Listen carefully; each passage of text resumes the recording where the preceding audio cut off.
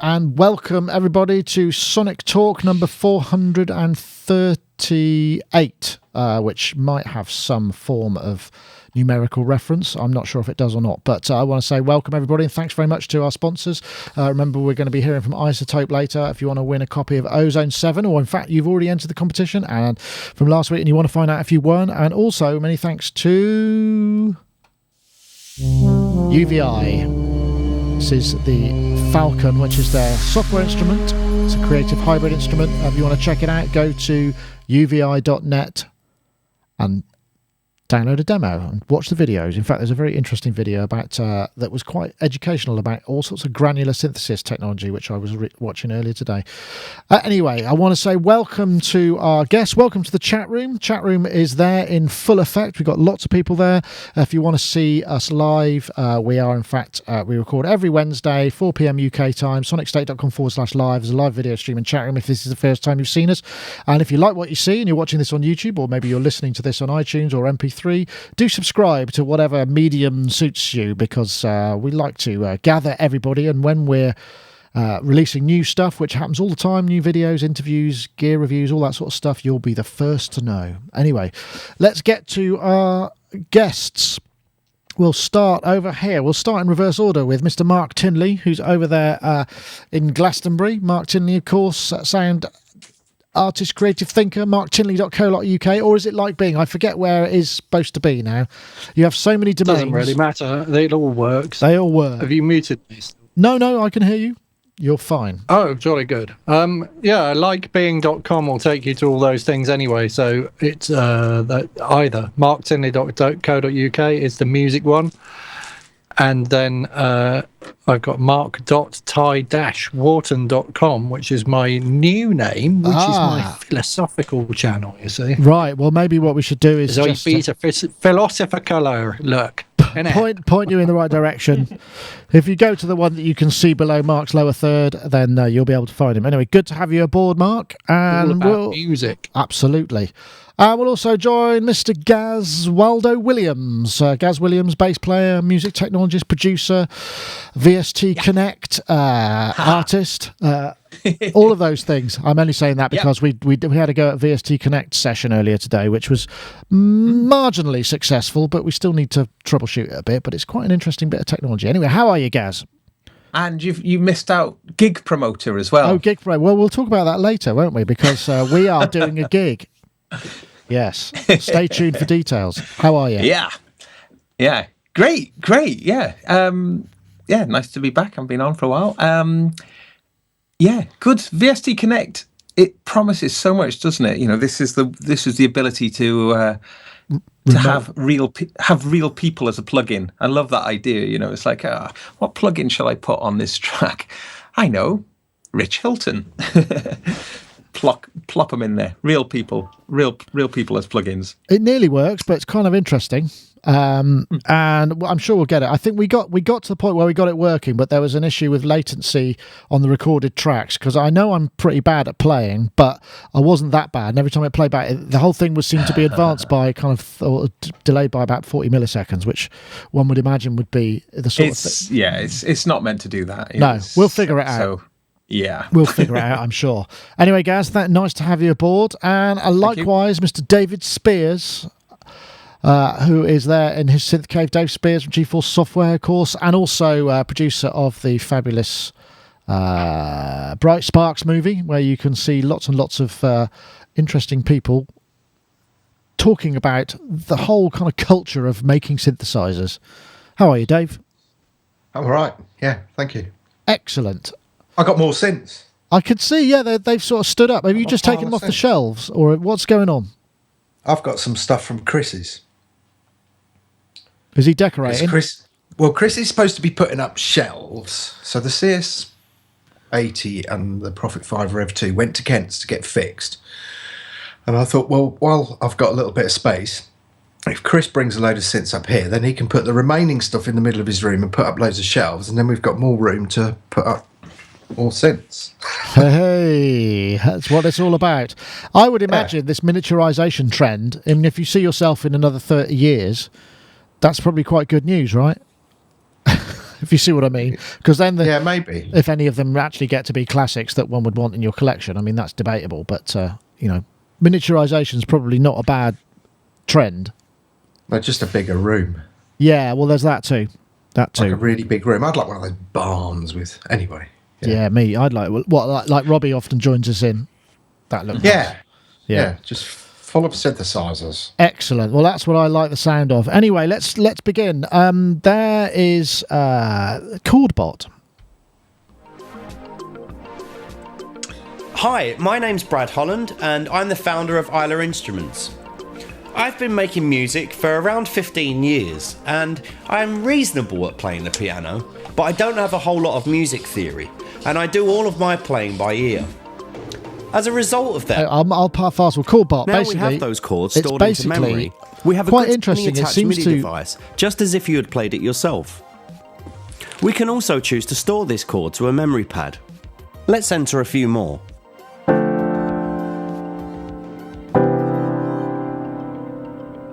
I'll fast forward. I think there's a performance later. Yeah, here we go. This illustrates what this is about. We're certain you'll find plenty of inspiration here. Let's take a look at Kordbot in action. Yes. There's a lot of bottom end on that bass drum. Crikey. Guess that's an arpeggiator. We've got drum pads. So there's an arpeggiator there, and then I think he comes up with some other chords on this.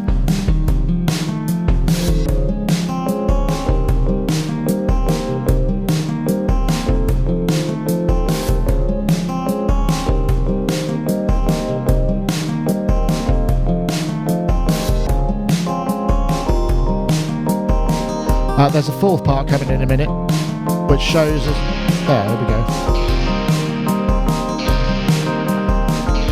So basically, Kordbot appears to be, and it's quite clear. I mean, it's not that this hasn't been done in software before and with pads, but this is a standalone little sort of, I guess, MIDI note processor that allows you to program in chords, but also to modulate the inversions, modulate the ways that they're triggered, and enables you to create sequences and in fact suggest sequences based on what you're playing in. So we've seen that kind of thing in Steinberg's chord track and in the things like that, Gaz. But this is a hardware thing, and the thing that makes this kind of interesting, this is on Kickstarter, and one might think, yeah, it's all right, but actually, if you look on Kickstarter, they launched, I think it wasn't very long ago, and in 18 hours, they basically sold out the whole lot. So they've raised 76 grand with 27 days to go. So there's obviously a big desire for this, and I just wondered, what the panel thought. I'll start with you guys, because we've covered this kind of thing before in Cubase and the chord track and the way that it analyzes incoming MIDI and also the pitch of audio and stuff. It's quite a compelling technology in itself, right? I think it's really interesting. I think many people have been getting different step sequences as well, which are resoundingly polyphonic.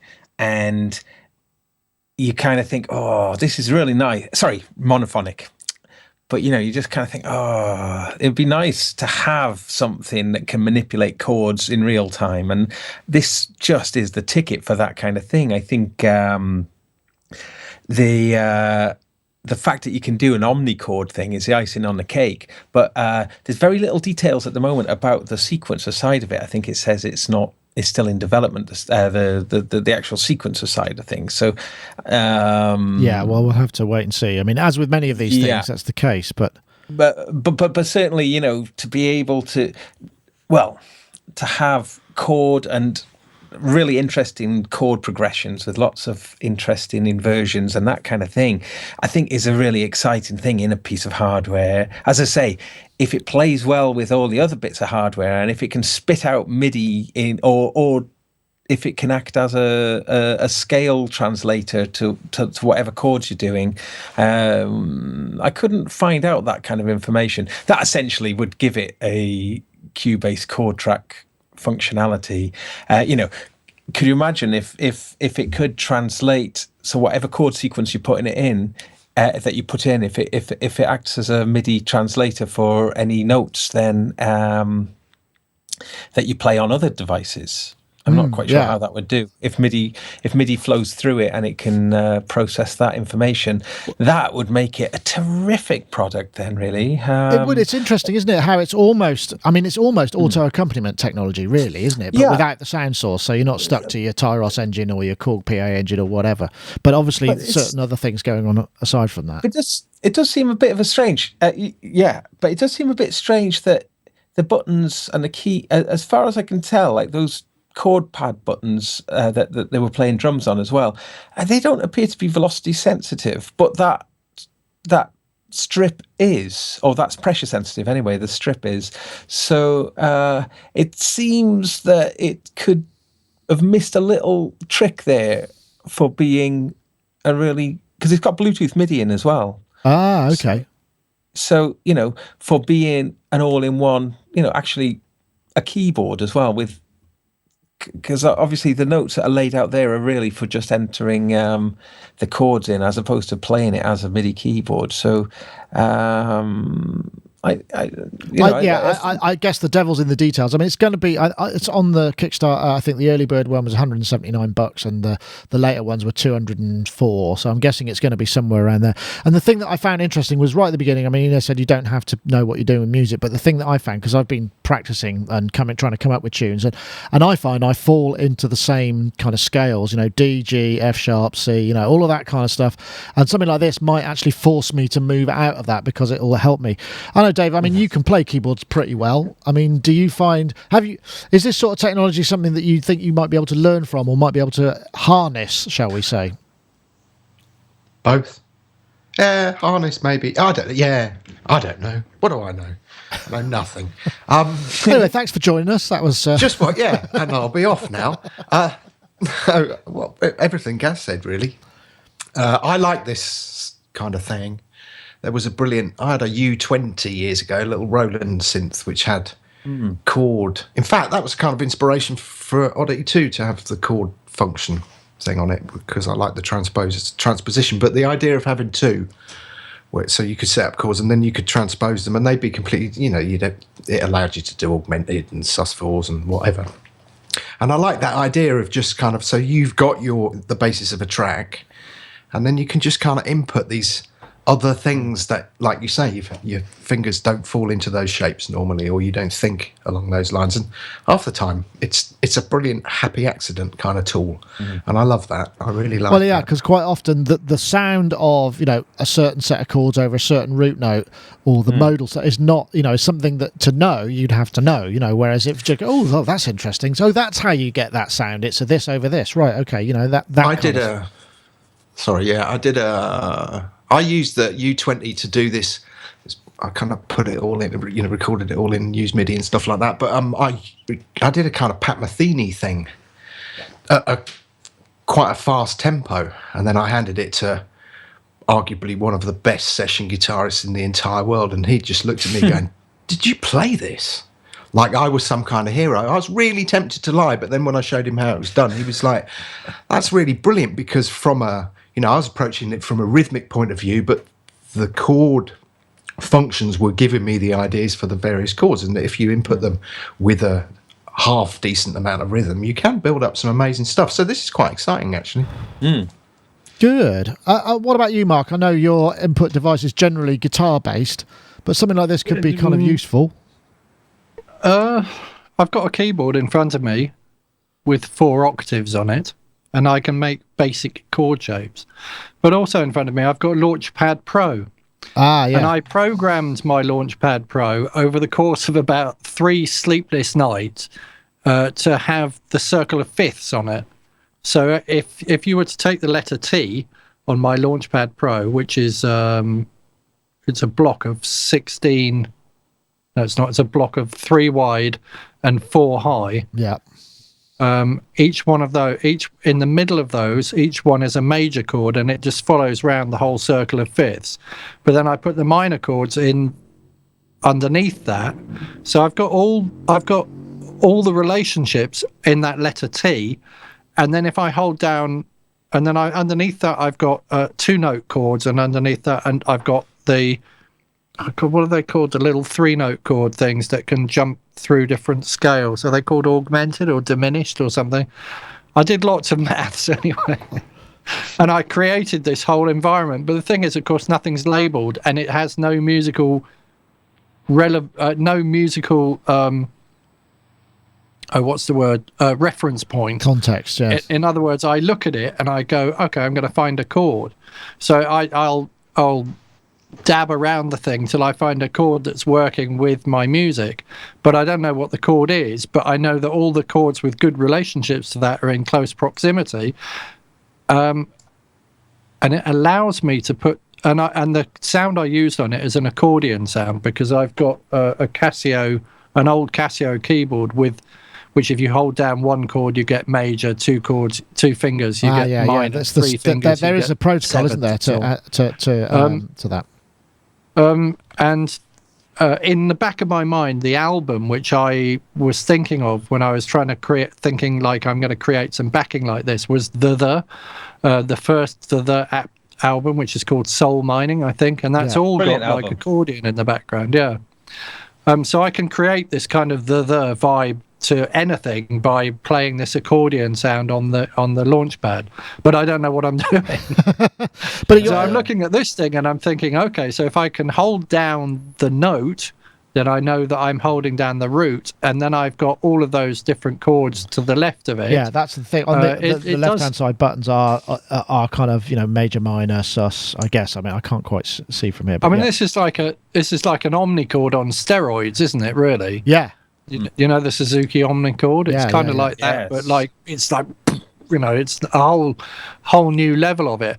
And then the thing I'm seeing, which is the thing that interests me the most, because I don't know any musical theory, I just completely go by ear, is that his stretch goal after he gets past 85 grand is he's going to create a progression suggestion thing. And then that for me is just like, okay, if I'm trying to songwrite and the same as you, I always end up going around the same 3 or 4 chords. In fact, I always end up playing The Cure's A Forest over everything, or Another Girl, Another Planet. So those are my two kind of like, they're the two tunes I know, right?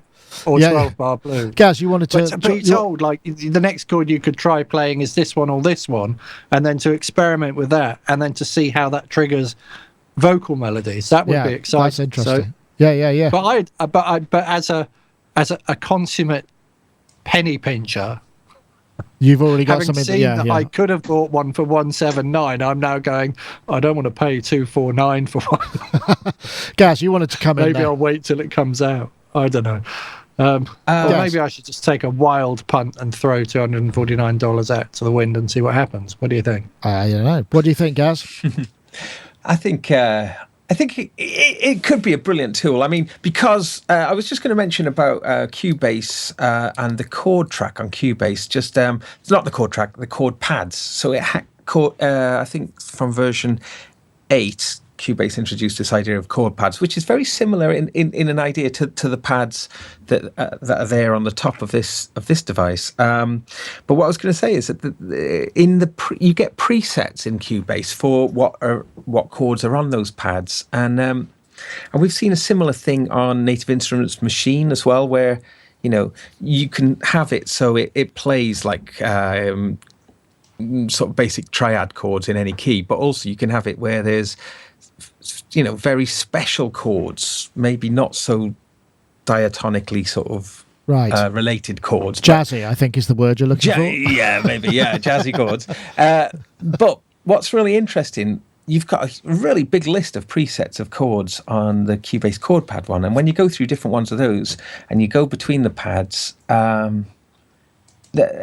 just the musical inspiration of going between chords is a really exciting, really exciting. This has got what's that? 4 by 8, 32 chords per note, I suppose. So there's I can't see why you need that many. Well, because there are that many, I suppose. I mean, but if I hold down if I'm on my Launchpad Pro, because I've got majors and minors, if I hold down certain majors and minors at the same time, some of those major chords have the same notes in as minors, and then it creates the minor sevenths and the major sevenths and the sevenths and the diminished and all those things. You can, and then, although I don't know what it's doing, I kind of can understand some relationship. I'll just interrupt you there. The thing about this is what I say, because you're taking the chord and then there seems to be a knob where you can rotate the inversion and the spread. Brilliant. That's the thing that I find quite interesting. So you can take the chord, because that often in orchestral music, because of the way that the instruments have their ranges, you might have certain parts of the chord in the lower registers, some others other way, and then violin. So you can get all these really interesting voicings, and that's the thing that I think makes a big difference. The voicings of a chord, because we all generally, I don't know about you, but I generally fall into the octaves and then a triad, or maybe a clustered, whatever 4-note chord and that's basically my keyboard skills in a nutshell. So this is something that I would probably quite enjoy. And I did speak to the chap, because he's really excited. Obviously getting that level of funding, they've obviously done something right, and it may be something to do with the fact that his intro is a little bit car salesy, I don't know, but Kickstarter kind of featured it, and they've got a "we love this project" kind of thing, which I think probably helps enormously spreading the word. So project we love, it says there. So they've obviously got something going on, but that's an astonishing level of funding. That's fantastic. I don't know about you, Dave. I'd like to, imagine, you've got 2 months or 40 days and you're done in the first 18 hours. That's got to make you feel pretty good about yourself and your concept, doesn't it? I do think. Yeah, amazing. That shows. Yeah. I had a discussion about this here recently. I was like, no.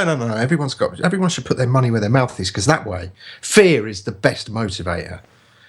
And somebody said to me, never put your own money where your mouth is. Always put somebody else's. And I was like, yeah, okay. I kind of get that. No, I really do wish them well. One thing I will say is I used, there was a plugin, Cthulhu. It's the Xfer Records guy. I think it's Steve Duda. And that's a really cool little plugin that gives you kind of load of chord options and stuff like that. Well worth checking if you want to do it in software. There's another good one on the iPad as well. Right. I use a thing called Polychord on the iPad, which is really good, which works just like an omnichord, actually, and it's even got a little rumble strip along the side, so you can play your own little arpeggios. Cordion as well. Have you tried that, Marc? Cordion. That's a similar concept again. Maybe I've got muddled up. iPad Yeah, app. maybe that's no. cool. You're right. No, that is that. You're right. Polychord, but Cordion is another one which is a little bit more configurable, actually. That's the one with the little hexagons in it, is it? That's it. Yeah. Right. Yeah. Well, you can check it out. Kickstarter. That's by Isla. No, Isla Instruments. You can go to, but I think we put a story up on the site. Do check it. We'll put links in the show notes so you can check it out yourself. Although you can't actually now buy anything. The only ones that are left are kind of packs of 10 and 20 and the like. So you need to really, all the cheap ones are gone. So you're going to need, thousands of dollars to get hold of one sooner. But hopefully it'll all, with that level of money behind them, hopefully they'll be in manufacture fairly quickly. Right. Well, it sounds. Gaz does have. What's that? I was just calling that one up. That's Cordion. Yeah, I've got that one as well. Is that an iPad? That's a big iPad, Gaz. Is that an iPad Pro? It is an iPad Pro. So that's my. So there's some BASTARD who stole my laptop. The insurance have paid out, and I've got those two for the money. XR18 and an iPad Pro instead of a single laptop. In fact, the insurance only paid out a third of the price of the laptop. So really? that little combo is pretty cool, though. I did a studio session on Monday with it, and it's a pretty damn awesome, fast way of working with so little fuss and bother. I thought, what were you recording? What were you using to record on the iPad? Cubasis. Okay, and you just chuck it in, record, and off you go, and it'll just. How much storage have you got on the iPad Pro? 128 gig. Oh, right. So that should keep. And you just get the files off there. Yeah, but there's new in Cubasis, the latest update. There is actually external drive support for backing up data. Oh, nice. So we'll have to we'll have to talk about that at some other point. But that is because I'm using the XR here for doing all sorts of setting up this little synth setup I've got here, and they are great little things, aren't they? I'm just very interested to see if I can do it if I can go without a laptop now. I've got a Mac Pro in my studio, but I'm going to see if a laptop, if I can live life without a laptop. Okay, well, that's an interesting. Someone else is living their life with my laptop. Swines. Swines. Right. Well, maybe on a more positive note, maybe we should have a word from our sponsors, which I think wouldn't be a bad idea. Of course, Isotope, I will be playing the video. Well, I'll try and start playing. Oh, it played first time. Look at that.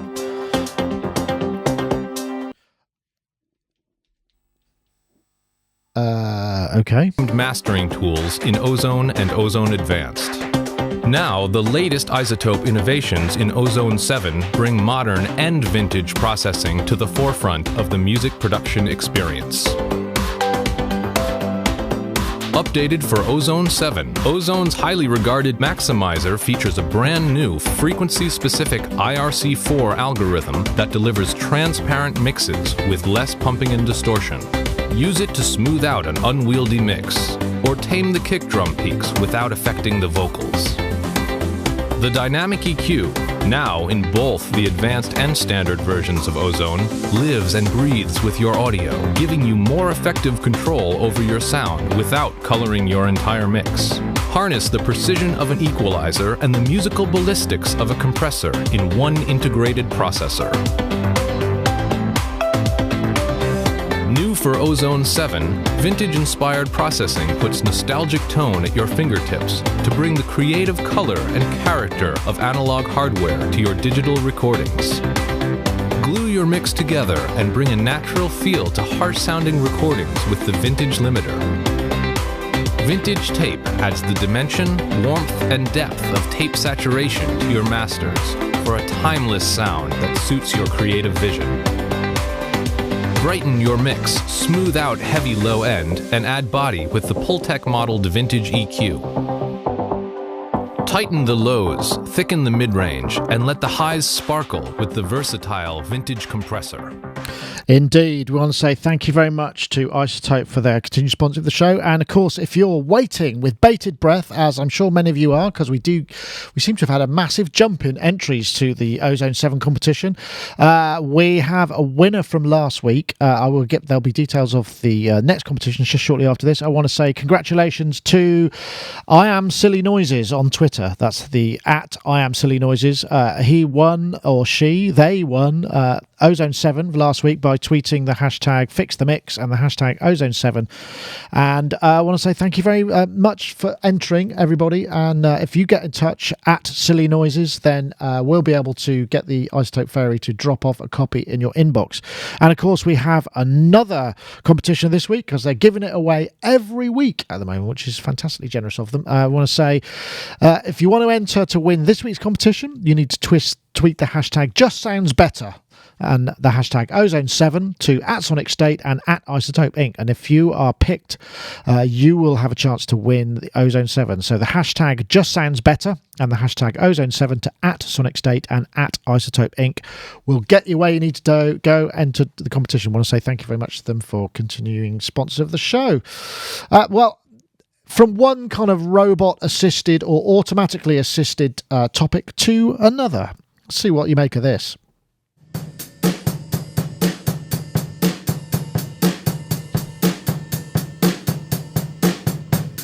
We believe that if you augment humans with technology, humans should be able to do, or would be able to do, much more. That's right, that is a drummer with another arm sort of strapped onto his shoulder, which looks pretty weird. I suppose would it look weirder if it had a sleeve on it? I suppose you'd look like a right nutter then. But very timely. This is Georgia Institute of Technology. It's also very something. spatial. You need to go to the right places. So what better medium than to try the concept of a third arm that would augment you and allow you to do things that you couldn't before than music.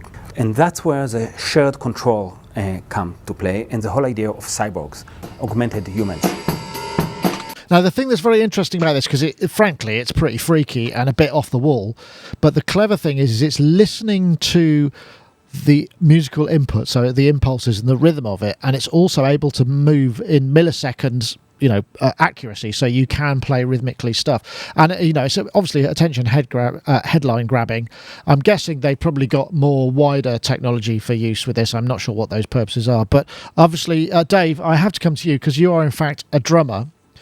So, it's pretty bonkers, but it's quite an interesting kind of this notion of augmented, because we've had augmented reality, this sort of idea of augmented physicality is quite an interesting idea, maybe, or maybe not. What a great time to be alive, eh?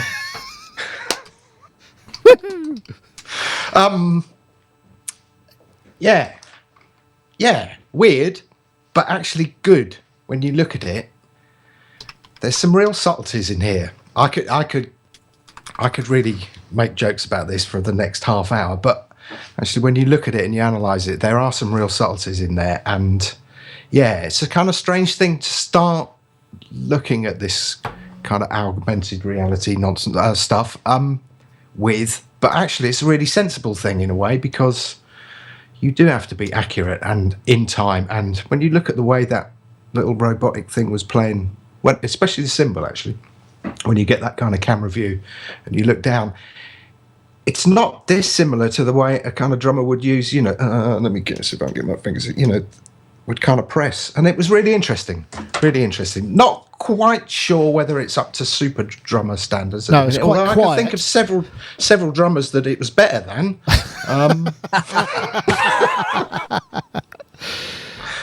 Well, at least it didn't kind of overplay. I mean, 3, I was thinking, because at first I was thinking, brilliant, it'd be like an arachnid, wouldn't it? You could have 4 arms. Why stop at 3? Yeah, just 8 or 10, and then you could really annoy everyone on your massive drum kit in the middle of a pub. Although the drummer did actually have to be very careful. He couldn't freak out, because obviously if you start freaking out, then the arm would start waving around and thrashing, and it would have to make some quite vigorous movements, which could cause problems. I mean, in the article that I wrote to accompany that item on Sonic, I posted it yesterday. I did, wonder whether or not actually it'd be quite useful as a drinks holder. So you could be playing with your 2 arms, and then it could just kind of like, feed you the drink of your choice, and you wouldn't have to stop drumming. Yeah, Thaks. Remember that? People used to have overhead, they had overhead mic things, didn't they? And they'd have their roadie put some kind of spliff in there, and they'd be like playing away. It's sounding much better now. But yeah, I'd like to, I'd sort of, it's a weird thing. I'd kind of like to talk to the person about it, because there are a lot of subtleties behind the scenes, and understanding those and how they reach those. I've been doing a load of analysis of drums and drumming and drummers, trying to work things out in a mathematical way. So I stopped after about 30 seconds. But this is, very interesting. Yeah, it could be. I also, you could have it just twirling the drumsticks. So one hand's just continually twirling a stick while the other one's playing. That would give you some visual stuff. But yeah, it is kind of interesting. I don't know, Marc, what do you make of this? I have a feeling that, if you put your mind to it, you could think about, I was wondering about 3-handed keyboards. You could actually be playing 3 keyboards at the same time, although it would need fingers, which would probably be a bit more difficult to articulate. It's very interesting. Obviously they're using a drummer because of the timing. The complexity of timing of playing drums means that, well, first of all, I can't play them because I'm too dyspraxic. But if you can make it do something as complex as playing a drum kit, then you can use it for other things, right? That's right. What I understood from it. I don't know. The whole. How is he controlling it from just by thinking? No, I think what it's doing is picking. There's a mic in the room, as far as I understand it. This is there's limited information. There's a mic in the room, and there's the movement of his shoulder. So it's picking up those things and working with what it hears and what it's feeling, if you see what I mean. Oh, that's really weird. I know when they replace limbs on people can learn to use their robotic limbs, and by learning how to think to make the limb respond to certain different thoughts, you send signals to your existing nerves, what's left of your nerves if you amputee, and the leg or arm or whatever will start to learn that. But to actually put additional ones on someone, that could be like really weird, couldn't it? Instead of me saying I've got 4 arms, as in forearms, I could actually have 4 arms. I could like shimmy around with all these extra arms on. It would be like really cool.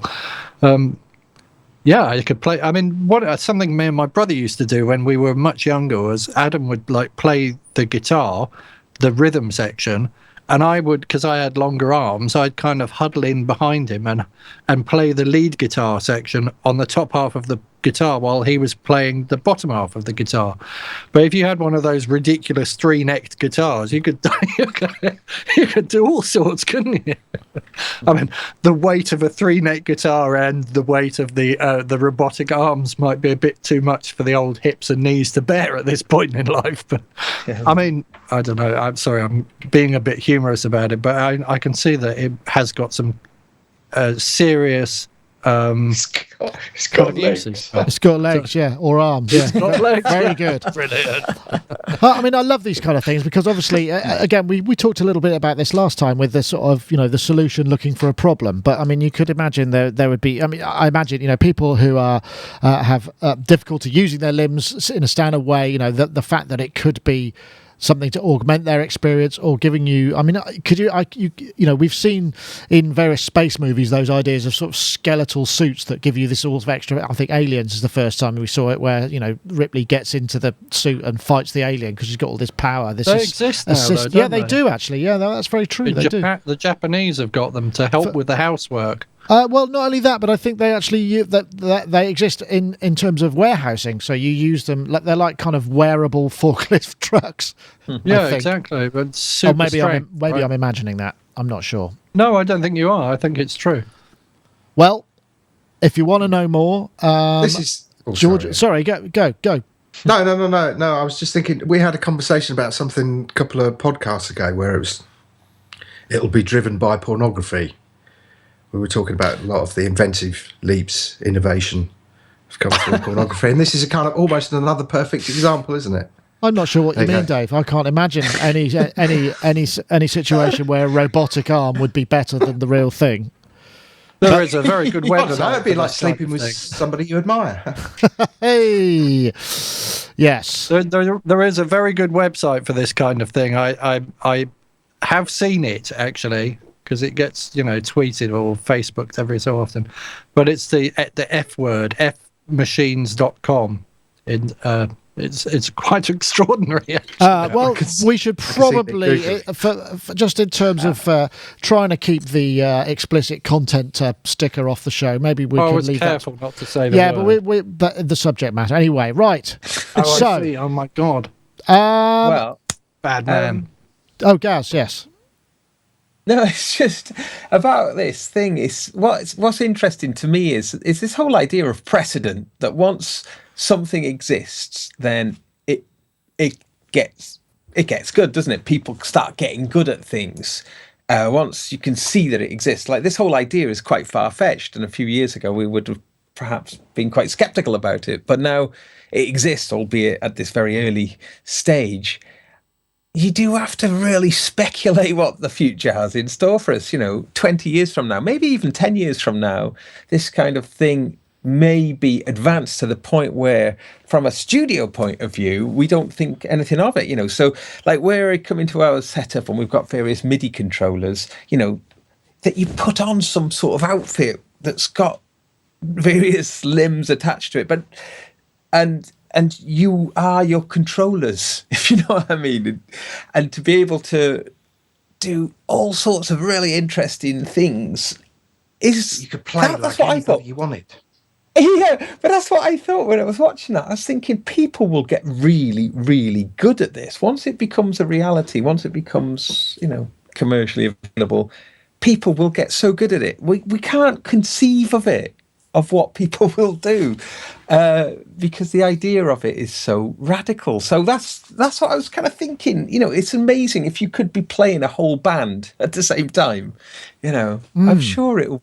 Yes. Anyway, could. I imagine it's really interesting. Right, let's get on to this. Is a topic close to Gaz's heart, because he's the one who was the presenter. Let me see if I've got the right video here. Hold on a minute. I think it's that one. Hello, Gaz Williams here for Sonicstate, and tonight I'm at St George's Hall in Bristol for a concert celebrating the music of Barry Gray. Who's Barry Gray? Barry Gray is the composer behind those wonderful Super Marionation series by Gerry Anderson. So that's Thunderbirds, Stingray, Captain Scarlet, Space 1999, UFO, big list. And it's terrific, dynamic, exciting music, and it's going to be performed by an orchestra. It's the Charles Hazelwood All-Star Collective who are going to be performing, with a couple of very special guests, including Jarvis Cocker and Adrian Utley from Portishead.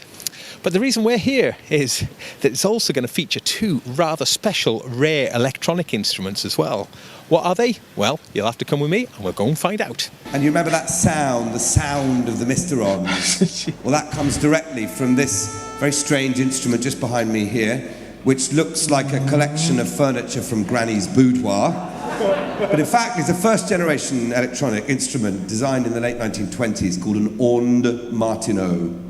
I'm not going to go into detail about how it works. It has many and various guises. It can whir, it can fart, it can burble, it can shriek. It can do unearthly things to you, ladies and gentlemen, especially in the hands of the great Francois Evans. What's more, ladies and gentlemen, we have Barry Gray's own Ondes Martenot here on this stage with us right now. Woohoo! This is the very instrument that created the sound of the Mysterons. Here we are in St George's Hall. I've got with me... I won't play the whole thing because I would encourage you to watch that. But this was it was a gig last weekend, last Friday. Gosh, I can't remember when it was. I think last Friday. Friday. And as being a friend of Aid, I rang him up and said, "Oh, any chance we could come over and have a look?" It was spotted by Andy, and Gaz very kindly stepped in and presented very well. And we were able to see the Swarmatron and also the Ondes Martenot, which is in the hands of him and those various Francois Evans, was just a really interesting thing. And there's various clips of the music and how it's used in there. And of course, you got to talk to Jarvis Cocker as well. It must have been you saw it in the flesh. I mean, it looks like a very impressive thing. I must admit, some of the subtlety of the sound variation was lost on me a little bit, but I guess it was different.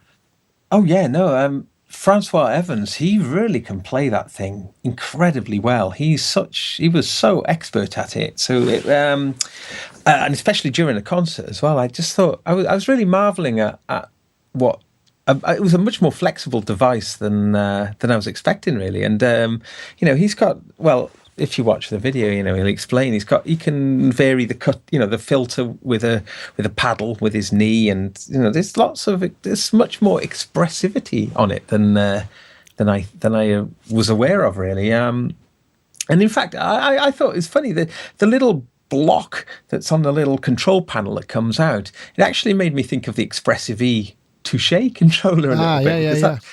Because he was talking about it as being like a bit like a cello, that you apply pressure to this like sort of like sprung block, and I thought, that's funny. I thought there was a little parallel with that, but the three different speakers were quite interesting, all of which weren't particularly loud. I should have mentioned that St George's Hall in Bristol has a particularly beautiful and quite famous acoustic sound in there. So it's where you'll often see recitals, small recitals, but high quality, beautiful sound. So the Ondes Martenot in that room was terrific, and that strange assortment of speakers. Yeah, I've got a picture of him here. Similar things. Yeah, the resonator and the cymbal and just the regular cone as well. The speakers are part of the expression, you see. So you've got switches, so you can use the different speakers for different types of sound. So they're almost like presets that you'd switch to one of the speakers if you wanted more of a metallic sound. Very peculiar. The only thing I could think of similar to that was a guitarist having two, a Marshall amp and a Fender Tweed and a switch. But really unusual that. Well, that actually, I think I forget the name of the company. There's a French company who've remade the cymbal company, a French company. I'm trying to remember who they were. They make, and they also remade the Ondes Martenot as well, which I just can't remember the name of them, which is very remiss of me.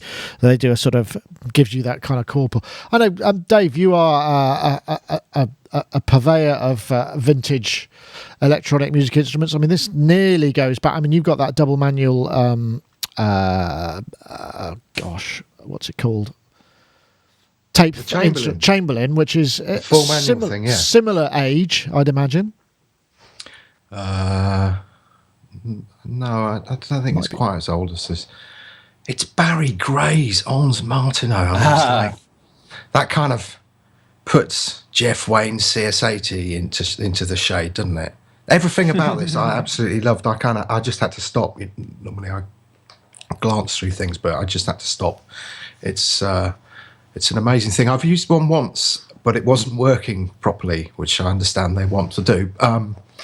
So it wasn't an amazing experience, but I did do some stuff with a band whose name must never ever be mentioned. It might begin with R, and the keyboard player has I think it's an Analog Solutions, the controller, where you use the little ring, and that was really amazing.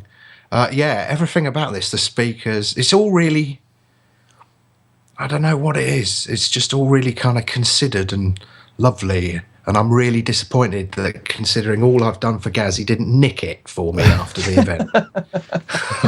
Here we go. This is the Analog Systems French connection, which is looks like it's got the ring and the keyboard there. So yeah, you've got access to various CV outputs. So you've got that as an input device. And that's really, very, very cool. Great music. I mean, Barry Gray. I wasn't really a big watcher of that. So I mean, I was aware of it, but I didn't watch it. But it just wasn't. But that was my life. My life was, Captain. Well, you can't really see it here, but Captain Scarlet. Hey. My stage name for years was Dave Mistron. That's quite entertaining. And I have to say this. I know I said it in the email. I'm at a pub locally. Gerry Anderson used to live locally. And I'm at a pub, and all of a sudden I kind of recognise him. And it was brilliant. Well, not brilliant for him. It was brilliant for me, because he was going through a divorce. So he was sort of sat at the bar, almost, kind of in the drowning my sorrows mode. So I was able to go out and be really, really annoying and just tell him how much I thought everything was brilliant. And a few years before, I even went to this is how sad I am. I went to a Fanderson, because you couldn't buy Captain Scarlet videos in the 80s, because idiots like me, as kids, were throwing ourselves out of the windows thinking we were indestructible. So there was a kind of ban on them in the 80s. They were, I believe they were classed as a video nasty, which is really, really funny. So I had to go to a Gerry Anderson convention, which is like in Russell Square somewhere. And all I'd done was gone there to buy a load of Captain Scarlet videos. And there was a fancy dress disco on that night.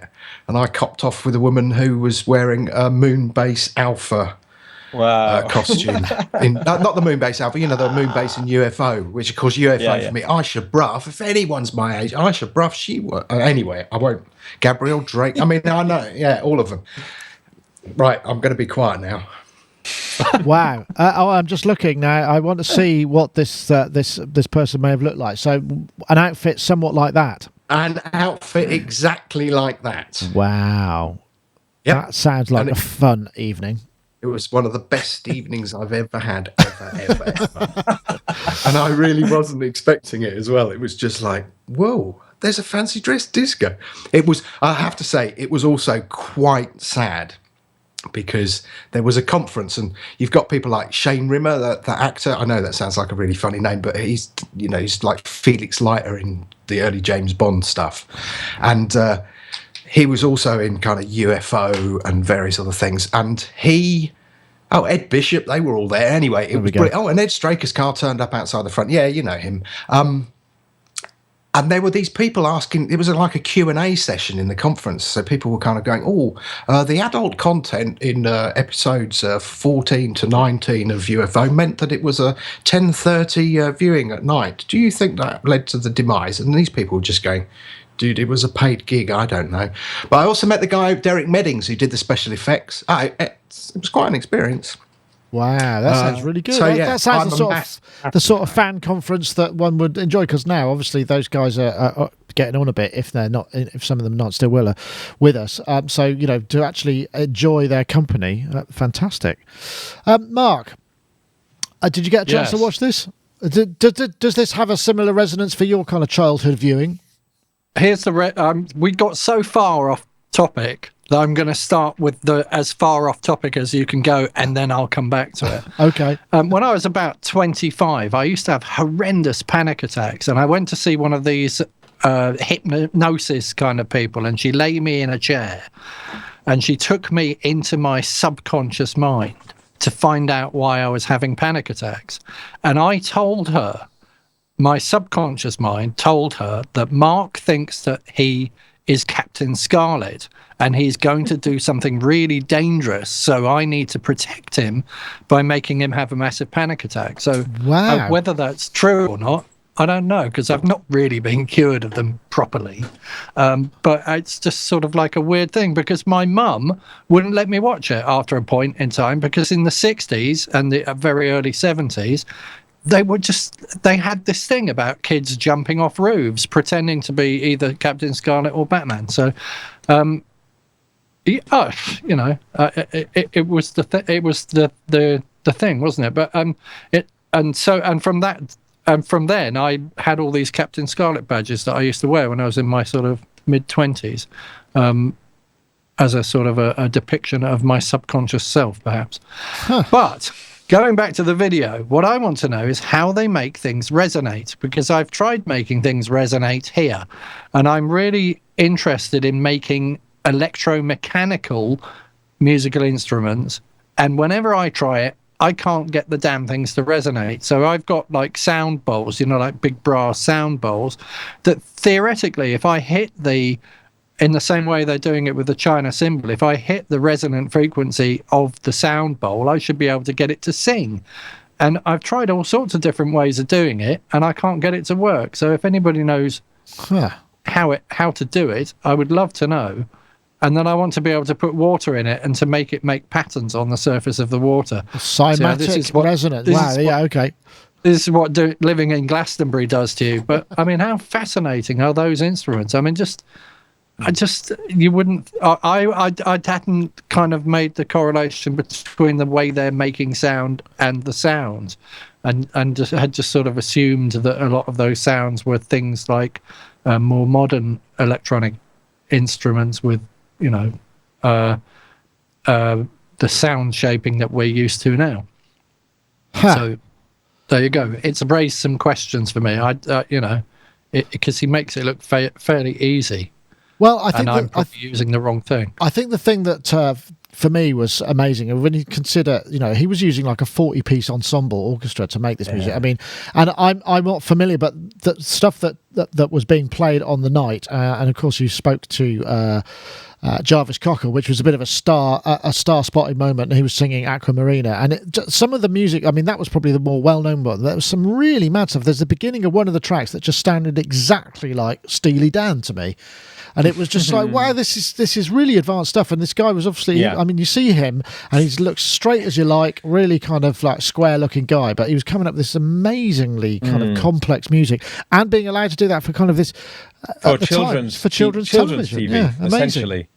Yeah, and I mean, when me and Andy from Sonic first arrived, there were some rehearsals going on, and it sounded like Uncle Meat era Zappa, Wow. And I was sort of like thinking, it really did make me reflect on how, even though it was for essentially children's TV, it wasn't in any way dumbed down music. Well, I mean, yeah, some of it's kind of like poppy, but there's real artistry, proper artistry in the music, and the sound of it, hearing it loud and big like that, very different from it coming out of the old TV, was just jaw-dropping. So that in that different environment, and I thought it was amazing, because Barry Gray, his name has slipped out of the consciousness of a lot of people, really. I think. Well, I confess I'd never heard of it. It just wasn't something I knew at all. Well, lots of people. But I think funny to hear. Sorry, Gaz. Go on. No, fine. No. It was funny when you were talking to the the orchestra dude, and he was saying that a lot of people hadn't heard of him. But I think during that era, what happened was he got confused with, say, John Barry. Ah, okay. From the kind of old Ipcris file and all of that kind of stuff, and he kind of, eclipsed it really. Yeah, well, some very similarities. I mean, the thing I was reading up on this, and he used these things called leitmotifs, which are apparently where you have a melodic line that represents various different kind of machines and rockets and places. And he was a great exponent of that, which John Williams was too. And I'm guessing John Barry as well, thinking about it, was probably doing a lot of that stuff. So it's quite advanced techniques for the time, I suppose. Yeah, Marc. Can I throw in some wild synchronicity here now? Okay. I decided that I'd look up Jarvis Cocker because I've got Wikipedia in front of me, and I'm reading through it, and it says personal life. Soon after signing to Fire in November 1985, Cocker fell out of a window while trying to impress a girl with a Spider-Man impression and ended up in hospital. You see, his mum didn't tell him. Wow. Because he's the same age as us, isn't he, basically, or around our age. Wow, so there you go. So it really is dangerous. That is. Well, there was another little fact is that Andy, who went over to film, Andy from Sonic, my business partner, he went to university at the same time. I don't know where it was. It might have been in Bath, and apparently did hang out a little bit with Jarvis and sort of brought that up. But obviously, it's just too dim and distant past. So there was a connection there as well. Bizarre, but it's a great video. I thoroughly recommend it. Fantastic job that you and Andy did, Gaz. So really so good. Fun. And I think it's the sort of thing that'll probably have a bit of legs as well. It'll just build and build because it's just not something you can see anywhere else. And also want to thank Giles Hazelwood and Adrian Utley for making it happen, and also the people of St George's. They were really, really accommodating by all accounts. So hopefully we might be able to do some more things there, because I think there's some theremin stuff coming up, and it'd just be really interesting because it's an easy gig for us, generally speaking. Well, certainly not easy for me because I didn't have to do anything. but which is kind of good. But good work, Gaz. That was fantastic. Thank you. Yeah, it's great, isn't it? Yeah, I'm really pleased. Right, I think that's probably we're getting really close to the end. I know, Marc, you might want to talk to about the ST4, but it's 5 o'clock. It's 5 o'clock, and I've got to move on. So we'll have to fit it in another time. So, I want to say thank you very much to everybody for listening. Just before you go, we should just remind you that the Ozone 7 competition from Isotope. If you want to enter, no, you don't do that. You do this. You tweet the hashtag #JustSoundsBetter and the hashtag Ozone7 to @Sonicstate and @Isotope Inc. It's just a simple tweet, but add some extra comments. We always like to see what else you've been writing as well. Send us a message. If you can fit it all in, you've got 140 characters. Hashtag #JustSoundsBetter and the hashtag Ozone7 to @Sonicstate and @Isotope Inc. to win a copy of Isotope's Ozone 7. Thank you very much to them for sponsoring the show. So thanks, guys. It's been a pleasure as ever. Thank you very much, Marc, for joining us. I guess we didn't get rich. I think it was probably earlier in the morning than he thought. The chat room is awash with comments about ways that I could make my singing bowls resonate, but I want to do it with an oscillator. So I want to be able to play an oscillator into the singing bowl. So I've been trying to do it with speakers or coils or whatever, and it's not worked. So I don't want to bow it or do it mechanically. I want to do it electromechanically with some kind of and the thing that I saw in that video was he had a China cymbal with some kind of device that was actually hits it playing tones, and then the cymbal was resonating. Yeah, it's a transducer, I think. And the thing with the guitar strings as well. It's a what? It's transducer, isn't it? Which is basically but it must be very loud to make it oscillate. Maybe. I mean, maybe it's just down to the actual the vibrations of it hitting. So it's in tune with whatever's coming out. So it's just like a. Well, I don't know. Well, that's something. I've not had any success. Somebody will tell me how to do it. I'm sure. Well, but thank you. Thank you very much for having me. Anyway, you're welcome. And I'll stop waffling. And I'll go away. Well, thank you, Marc. And also, Gaz, there, you look like you're getting... What's that? That looks like some kind of a stormtrooper outfit. No, I'm just putting it together at the moment. It's got the UR18 and the MacBook... Sorry, the iPad. Oh, that's your mobile rig. The whole shebang, yeah. It's so much... it's I'm a bit blown away by this, actually. Oh, actually, that just reminds me. We forgot to mention that we're doing a Sonicstate live at Bristol. Yes. Today we were going to launch the whole concept of it, and I completely slipped my mind because we were talking about other things. But yes, if you want to get in touch, basically, we're going to be doing a performance which has been very kindly organised by Gaz, and there's going to be a bunch of people. I think Marc's doing it, myself and Gaz are going to do it. We've got some other people coming along. They're going to be little short sets, but there'll be a bunch of people there playing live electronic music or otherwise at Salt Cafe in Bristol on the 26th of March this year. You can get through to it. I've made a short bit.ly URL which might be useful, which is bit.ly/Sonic Live Bristol. So if you go there, it'll take you to the ticket ordering place. We're selling tickets in advance because it's quite a small venue, and we don't want people to turn up and find that they're disappointed. So it's only a £5, so it's not going to break the bank. But lovely to see you there. If you can make it in person, any of you listeners out there or watchers, whoever you are, there are details on the site as well. But yeah, so it's going to be quite exciting, I think. Not many tickets left though, so if you are interested, get them soon because they will. I think it will. I can't remember what URL you said. What did you say again? It's bit.ly/Sonic Live Bristol, all one word, lowercase. But yes, so thank you. So we're hoping that it's going to be fun. I'm currently trying to work on a few of my ambient noodlings, which will take up. I think what I'm actually going to have trouble is making it short enough in the end, because it's so easy just to play one note with a 20-second reverb. But what's that? You only need to play that about 100 times, and then that's nearly 20 minutes. What I'm going to do though is I'm going to set an iPad with a countdown timer going. Yeah, no, good plan. So everyone can just at least see their time slot as it counts down. How many minutes have I got? 15. Okay. Oh, I emailed you actually. Hold on, it's Rich Hilton. Hey! Hold on. I emailed you guys because I had a question about microphones. Okay. Cool. Yeah. We'll have I'll have a look at that. I think I did. I need to talk to you though. Okay. Yeah. Give me a bell. I need a microphone and I can't use this. Yeah, no, I've got plenty. Hey, it's Rich Hilton. Just beamed in. Hey guys. We looked at the local time. We thought there's no way he's going to make it 6 o'clock in the morning. I thought I was an hour early just now, and I realized I had miscalculated, and I'm in fact an hour late. So, a late entry is good. Rich, we can introduce you and then say we were just wrapping up. But Rich, you're actually in Maui, where you've been playing a gig with Chic, right? That's true. Have you done the gig, or are you going to do the gig? We did the gig last night. Ah, okay. How did it go? It went well. It was a corporate show for SAP, which is a software company from Europe somewhere.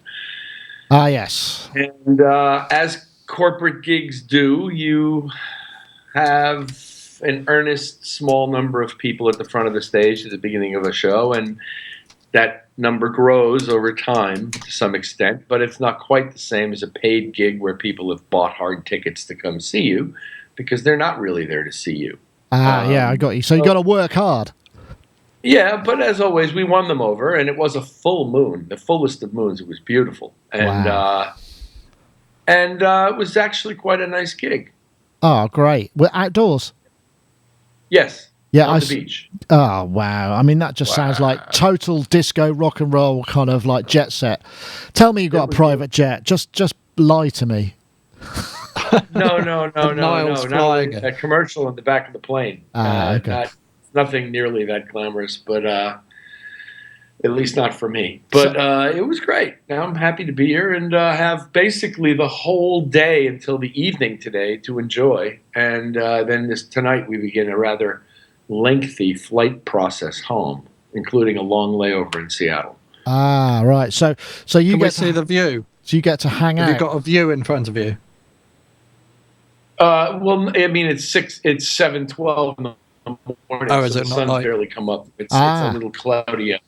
Can we see the sunrise? I don't have anything great to show you right now, other than what's on Facebook already.